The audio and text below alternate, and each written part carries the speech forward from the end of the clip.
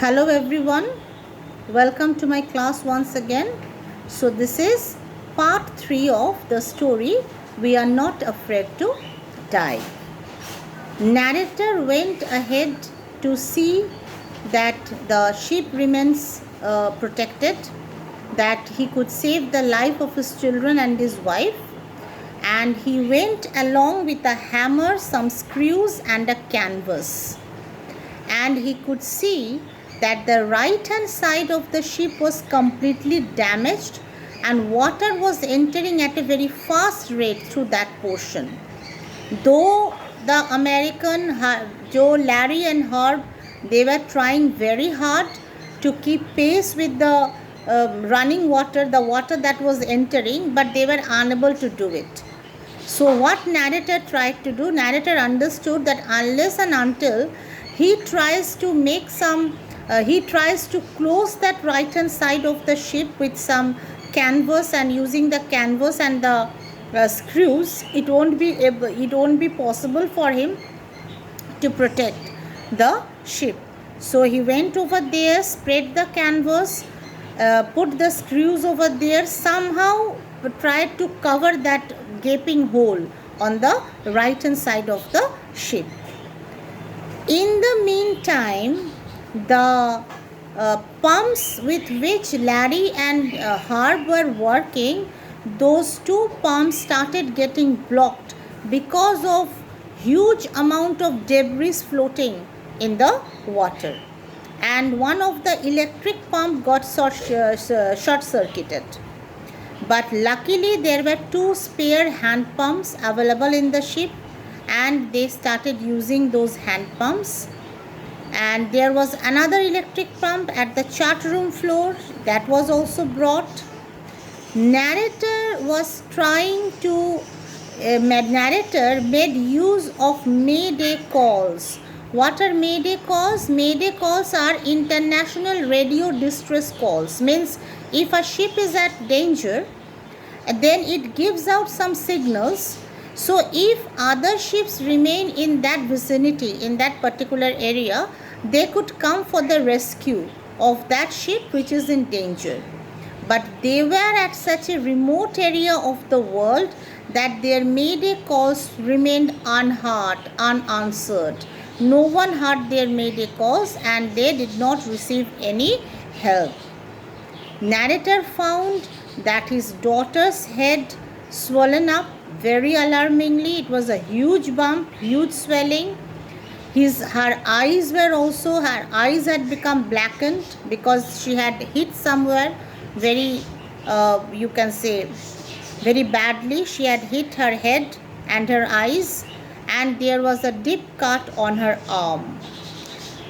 When he asked his daughter, why didn't she tell him about her injuries when he asked about it, the daughter replied that she did not want to make her father more worried. He was already worried. She could see that. So just imagine, the children were so young, but they realized the condition of their father. They were sensible enough to realize it, though they were just 6 years. He was just 6 years old. So that was the thing that happened on 2nd of January. On 3rd January in the morning, because they had been continuously using the pumps throughout the night, the water level was sufficiently under control. So now what they started doing, they started taking rest alternately, 2 hours rest, each one of them in rotation. They were taking rest and working. But at the base of the ship, there was a very huge leakage somewhere. Narrator could understand that because of that, water was still entering at a fast rate in the ship. Though narrator had repaired the right hand side of the boat, but still water was entering. So after that mishap that happened at 6 p.m. in the evening on 2nd of January, 15 hours passed away. Okay, 15 hours passed away. But Narrator, since he was a skilled person, had good seafaring skills, he could understand one thing, that they could not reach Australia. They were heading towards Australia, but narrator could understand that it won't be possible for them to reach Australia with the wave walker being in such a poor condition. So narrator took out his charts, made certain calculations, and found that within a few kilometers on the east, to the east side, there were two islands.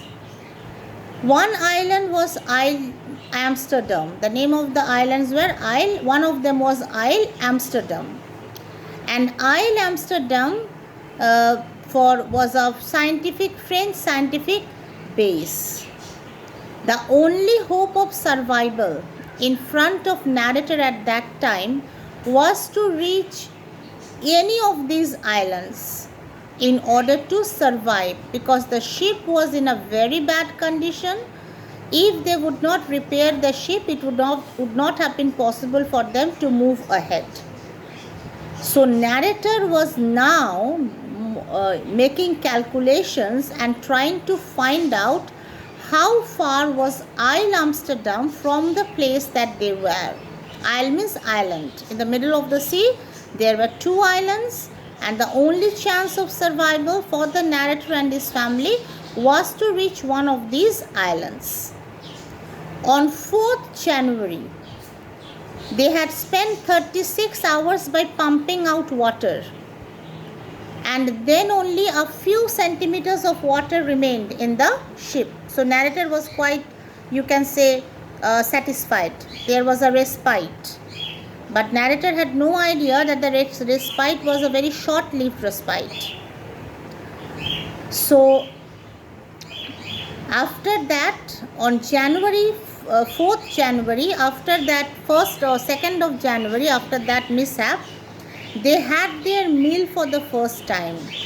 They had their meal with corned beef and some cracker biscuits. But their respite was a very short-lived thing. At 4 p.m. on 4th of January, at 4 p.m., a black cloud once again started gathering behind them. Black cloud started gathering behind them, and the speed of the wind was back to 40 knots, and the waves were getting higher and higher. The weather was deteriorating, and by the dawn of January 5th, they were back to square one. That means their condition was once again very, very desperate. Their condition was very bad. They landed at the same situation in which they were on 2nd of January. When he went to comfort his children's reaction was very brave. They were brave children. They were fighters. They rather comforted their father, and the son said that if they are going to die, they are not afraid. He is not afraid if he is going to die. Why? Because they were all together. That's why it has been titled, "We are not afraid to die if we are all together." He told his father that he is not afraid to die because he is along with his father, mother, and sister. Narrator, now you can easily understand how what kind of mental situation a father must be suffering from if his son tells in front of him that they are going to die. If they are going to die, he is not afraid of him. Narrator was feeling very bad. He was feeling very worried, but he decided that no matter whatever happens, he has to take care of his children and he has to save their lives. He made up his mind. It was now a challenge for him.